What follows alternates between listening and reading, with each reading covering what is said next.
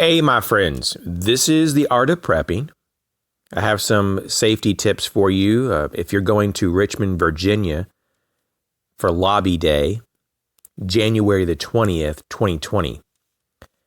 There's going to be a lot of different groups. Some groups are going to be there for the sole purpose to cause problems. We do now know through police intel that Antifa, Black Lives Matter, MS-13, and the KKK is going to be there most likely. And so in response, the state police and the National Guard are going to be present, and it looks like they're going to be present in riot gear. So they're gearing up for something. First and foremost, you want to prepare yourself if you're going so that you have options, so that you can be safe. First and foremost, if you can legally conceal carry a firearm, do that. Do not open carry unless you have no other option. Have some non-lethal options. But you want to think this through, because in a real large crowd, like it's supposed to be on January the 20th in Richmond, Virginia, it may be hard to deploy certain types of non-lethal options over others. So think it through. It is not recommended to bring long arms because it's going to be difficult to maintain control of them if there is civil unrest. Also, if you're walking around for hours, you're going to get worn out, having to lug around an 8-pound rifle or something even heavier. Two-way radios. I would definitely have some two-way radios to keep up with your group that you're with in case they cut power to the area or they cut out cell phone service. And sometimes governments and police forces do this when there is civil unrest. So you have a lot of options. I'm just going to give you just a few here. They have FRS, GMRS, ham radios, CB radios, MUR radios, and others. Food and water, in case you get stuck there in town longer than you expect.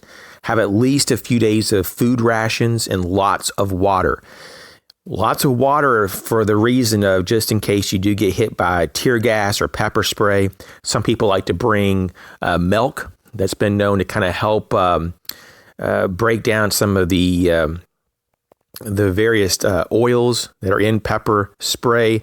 There are actual wipes that you can get that help break down the material that's found in pepper spray and tear gas. So there you go there. Just be prepared for that. You may even want to bring a respirator, eye protection, some type of eyewear, some decent impact-resistant gloves, things like that. I wouldn't bring drones. There is a nearby airport, and to my knowledge, they're actually banning drones at the event. When it comes to trauma kits, I would definitely have a decent trauma and first aid kit in case you get injured. And people could start throwing rocks or bottles or whatever, and you could get injured. In addition to like a respirator, you may want to have a means to cover your face. Maybe if you don't have a face mask or a respirator to use, you could always just use like a shamag, or something to wrap your face until you can get out of the area. You also have to consider the time of the year. This is January the 20th. So it's probably going to be quite cold. So warm clothes, you want to layer in wool if all possible. If you don't have wool, just whatever is the warmest clothes that you have. But you want to layer up really well. In fact, you probably want to bring more than you probably think you need just in case you need it. Because you could be stuck outside, especially if there is civil unrest and the police detain a large group and you're within that group. Well, you might be stuck outside for a while. Don't go to this event by yourself. There's enough potential here that it could be very violent. Don't go by yourself. Go with a buddy at the minimum, but it's better to go with a group that you know and they know you. Do the buddy system. And finally here, I just want to say that when it comes to body armor, you don't want to lug around heavy rifle plates all day long, but you could go with soft body armor.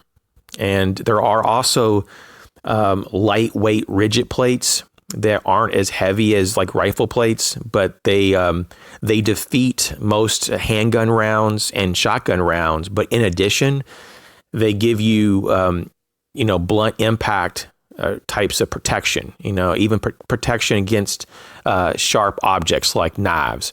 And so it is something to consider if you have that available. So I wish everyone to be very safe.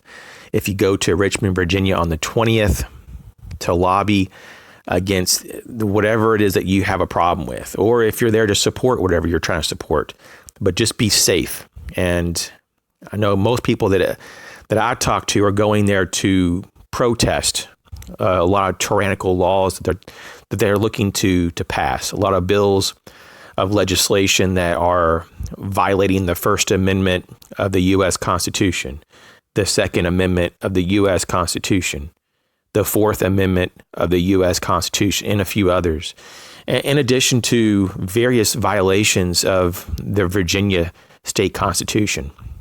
So I do have Virginia in my prayers. I hope that you keep them in your prayers as well. Thanks for checking the video out. Everyone be safe.